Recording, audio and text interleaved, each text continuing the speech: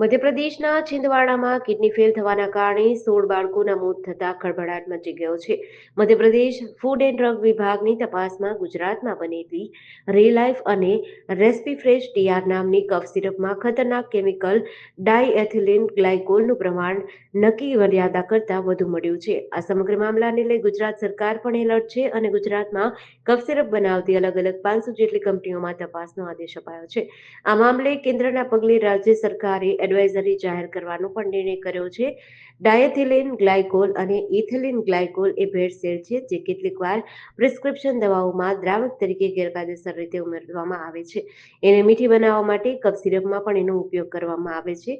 ગુજરાતમાં અંદાજિત 500 જેટલી કંપનીઓમાં કફ સિરપનું ઉત્પાદન કરવામાં આવે છે. એમાં તપાસનો આદેશ આપવામાં આવ્યો છે. ભારતે સંયુક્ત રાષ્ટ્ર સુરક્ષા પરિષદમાં કાશ્મીર પર ખોટો પ્રચાર ફેલાવવા બદલ પાકિસ્તાનની આકરી ટીકા કરી હતી. ખુલ્લી ચર્ચા દરમિયાન સંયુક્ત રાષ્ટ્રમાં ભારતના રાજદૂત પરવતનેની હરીશે કહ્યું હતું કે પાકિસ્તાન એક એવો દેશ છે જે પોતાના જ લોકો પર બોમ્બમારો કરે છે અને નરસંહાર કરે છે. હરીશે કહ્યું, જે કોઈ પોતાના લોકો પર બોમ્બમારો કરે છે અને 4 લાખ મહિલા પર બળાત્કાર જેવા અમાનવીય ગુનાઓ કરે છે, તેને બીજાને શિખામણ આપવાનો કોઈ અધિકાર નથી. પાકિસ્તાન દુનિયાનું ધ્યાન ભટકાવવા અને ગેરમાર્ગે દોરવા માટે જૂઠાણા ફેલાવે છે. તેમણે આ નિવેદન એક પાકિસ્તાની અધિકારીના આરોપ બાદ આપ્યું હતું કે કાશ્મીરી મહિલાઓ દાયકાઓથી જાતીય અહિંસાનો સામનો કરી રહી છે. ભારતે ફરી કહ્યું કે જમ્મુ અને કાશ્મીર ભારતનો અભિન્ન ભાગ હતું, છે અને હંમેશા રહેશે. નવસારી જિલ્લાના ગણદેવી પોલીસે રિલાયન્સ મોબાઈલ ટાવરમાંથી કોપર વાયર ચોરીના ગુનાનો ભેદ ઉકેલ્યો છે. પોલીસે ₹37,500ના મુદ્દામાલ સાથે 3 આરોપીઓની ધરપકડ કરી છે. આ આરોપીઓ ચોરીનો મુદ્દામાલ સગીવગે કરવાની ફિરાકમાં હતા ત્યારે ઝડપાયા હતા. પોલીસને મળેલી ખાનગી બાતમીના આધારે ગણદેવી સુગર ફેક્ટરી નજીક નદી કિનારેથી આ ત્રણેય આરોપીઓને ચોરીના કોપર વાયર સાથે રંગે હાથ ઝડપી પાડવામાં આવ્યા હતા. પોલીસે તેમની સામે કાયદેસરની કાર્યવાહી હાથ ધરી છે. હવામાન વિભાગ દ્વારા આગામી 7 ઓક્ટોબરથી 12 ઓક્ટોબર સુધી રાજ્યમાં હળવાથી મધ્ય વરસાદની આગાહી કરાઈ છે. અત્યારે શક્તિ વાવાઝોડું ધીમું પડ્યું છે, જો કે ગુજરાતમાં શક્તિની અસર નહીં થાય. દ્વારકાથી 940 કિલોમીટર અને નલિયાથી 960 કિલોમીટર દૂર શક્તિ વાવાઝોડું પહોંચ્યું છે, જે આજે ડિપ્રેશનમાં પરિવર્તિત થશે. હવામાન વિભાગના ડાયરેક્ટર ડોક્ટર A.K. દાસના જણાવ્યા અનુસાર આગામી 3 દિવસ રાજ્યમાં સાર્વત્રિક વરસાદની આગાહી કરાઈ છે. દક્ષિણ ગુજરાત અને સૌરાષ્ટ્ર કચ્છમાં હળવો વરસાદ થશે, જેના કારણે માછીમારોને દરિયો ન ખેડવાની સૂચના અપાઈ છે.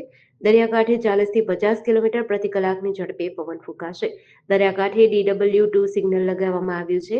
અફઘાનિસ્તાન પાસે વેસ્ટર્ન ડિસ્ટર્બન્સ સક્રિય થતા વરસાદી માહોલ રહેશે અને વરસાદી ઝાપટા પડી શકે છે. શિલ્પા શેટ્ટીની ઇકોનોમિક ઓફેન્સ વિંગ ટીમ દ્વારા ₹60 કરોડના છેતરપિંડી કેસમાં પૂછપરછ કરાઈ છે.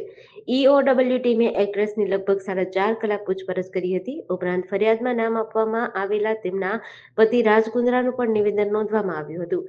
આ કેસમાં અધિકારીઓએ આશરે 5 લોકોના નિવેદનો લીધા છે, જેમાં શિલ્પા શેટ્ટી અને રાજ કુંદ્રાનો સમાવેશ થાય છે. તેમને બધા ટ્રાન્ઝેક્શન વિશે પૂછાયું હતું. આ પૂછપરછ શિલ્પા શેટ્ટીના મુંબઈ સ્થિત ઘરેથી થઈ હતી. હાલમાં તપાસ ટીમ તે કંપનીની વિગતો એકત્ર કરી રહી છે, જેની સાથે શિલ્પા અને રાજે એક સમયે સંકળાયેલા હતા. ગયા અઠવાડિયે શિલ્પા શેટ્ટીના પતિ બિઝનેસમેન રાજ કુંદ્રાની પણ આ કેસમાં પૂછપરછ કરાઈ હતી. તેમણે જણાવ્યું હતું કે દીપક કોઠારી દ્વારા બેસ્ટ ડીલને ચૂકવવામાં આવેલા પૈસા બિપાશા બાસુ, નેહા ધુપિયા અને નિર્માતા એકતા કપૂરને પ્રોફેશનલ ફી તરીકે ચૂકવવામાં આવ્યા હતા. અમદાવાદના કુબેરનગર વિસ્તારમાં જાહેરમાં રસ્તા પર બર્થડે પાર્ટીની ઉજવણીનો વિડીયો વાયરલ થયો હતો, જેનો બર્થડે હતો તે યુવક અને યુવતી બીભત્સ ચેનચાળા કરી ડાન્સ કરતા હોવાનો વિડીયો વાયરલ થયો હતો. વાયરલ વિડીયોની તપાસ બાદ પોલીસે રસ્તા પર બર્થડે પાર્ટીનું આયોજન કરી રહેલા અને જાહેરમાં ચેનચાળા કરનાર મુકેશ નામના શખ્સની ધરપકડ કરી છે. જોકે વાયરલ વિડીયોમાં યુવક સાથે જે ડાન્સ કરે છે તે યુવતીઓ નહીં પણ કિન્નર હોવાનું ખુલ્યું છે. મુકેશનો જન્મદિવસ હોવાથી તેને આશીર્વાદ આપવા આવેલા કિન્નરો ડાન્સ કરવા લાગ્યા હોવાનું સામે આવ્યું છે. આ સમગ્ર કરતૂતનો વિડીયો વાયરલ થયો હતો. એ બાદ સરદારનગર પોલીસે મુકેશ વિરુદ્ધ આરોપીની ધરપકડ કરી હતી. રાજ્યના હવામાન વિભાગ દ્વારા આગામી 7 દિવસ એટલે કે 7 ઓક્ટોબરથી 13 ઓક્ટોબર સુધી રાજ્યમાં છૂટાછવાયા સ્થળે હળવા વરસાદની આગાહી કરાઈ છે, જેમાં ખાસ કરીને આગામી 48 કલાક દક્ષિણ ગુજરાતમાં ભારે વરસાદની આગાહી કરવામાં આવી છે. હવામાન વિભાગના ડાયરેક્ટર ડોક્ટર એ કે દાસના જણાવ્યા અનુસાર આગામી 48 કલાક દક્ષિણ ગુજરાતમાં ભારે વરસાદની શક્યતા છે. આગામી 3 દિવસ બાદ વરસાદની તીવ્રતા ઘટશે. અત્યારે દરિયાકાંઠે DC1 સિગ્નલ લગાવાયું છે. શક્તિ વાવાઝોડું થોડું ધીમે થઈને ડિપ્રેશનમાં પરિવર્તિત થયું છે. હાલમાં વેસ્ટર્ન ડિસ્ટર્બન્સના કારણે વરસાદની શક્યતા રહેશે. આગામી 3 થી 4 દિવસમાં ચોમાસું રાજ્યના અને અન્ય જિલ્લામાંથી વિદાય લઈ શકે તેવી શક્યતા છે. આજે અમદાવાદમાં હળવા વરસાદની આગાહી કરાઈ છે. પૂર્વ કચ્છ ગાંધીધામ પોલીસે રાત્રે ઘરફોડ ચોરી કરતી ચડ્ડી બનિયાધારી ગબી ગેંગના 2 આરોપી પકડી પાડ્યા છે. આ ગેંગ દાહોદ જિલ્લાની હોવાનું સામે આવ્યું છે. પોલીસે આરોપીઓની ચોરીના મુદ્દામાલ સાથે ધરપકડ કરી છે. એલસીબીની ટીમે અલગ અલગ પોલીસ સ્ટેશન વિસ્તારોમાં સીસીટીવી ફૂટેજ તપાસી ટેકનિકલ એનાલિસિસ અને હ્યુમન સોર્સના આધારે આ ઘરફોડ ચોરીઓમાં દાહોદ જિલ્લાના ચડ્ડી બનિયાનધારી ગબી ગેંગના માણસો સંડોવાયેલા હોવાની હકીકત શોધી કાઢી હતી. પોલીસે મોરબી જિલ્લાના ટંકારા તાલુકાના હડમતિયા ગામ ખાતેથી 2 આરોપીઓને ચોરીના મુદ્દામાલ સાથે પકડી પાડ્યા હતા.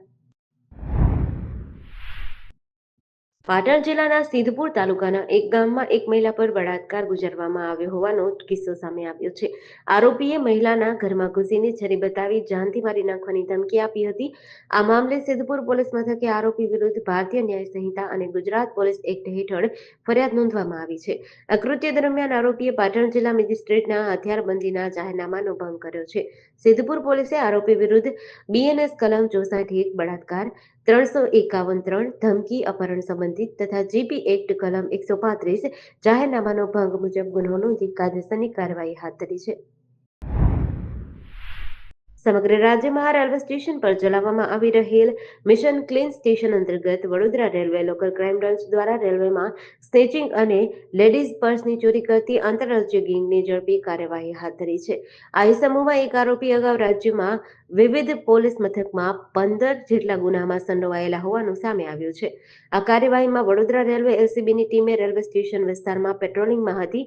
તે દરમિયાન બાતમી મળી હતી કે વડોદરા રેલવે સ્ટેશનના દક્ષિણ છેડે જેતલપુર બ્રિજ નીચે રેલવેના પાટા પાસે 3 શખ્સ બેઠા છે, જે ટ્રેનમાં ચોરી કરતા હોવાની માહિતીના આધારે તપાસ કરતા ત્રણેયને પકડી પૂછપરછ કરતા દાહોદ રેલવે પોલીસ મથકના 2, આણંદ રેલવે પોલીસ મથકના 1 ગુનાઓને ડિટેક્ટ કર્યા છે.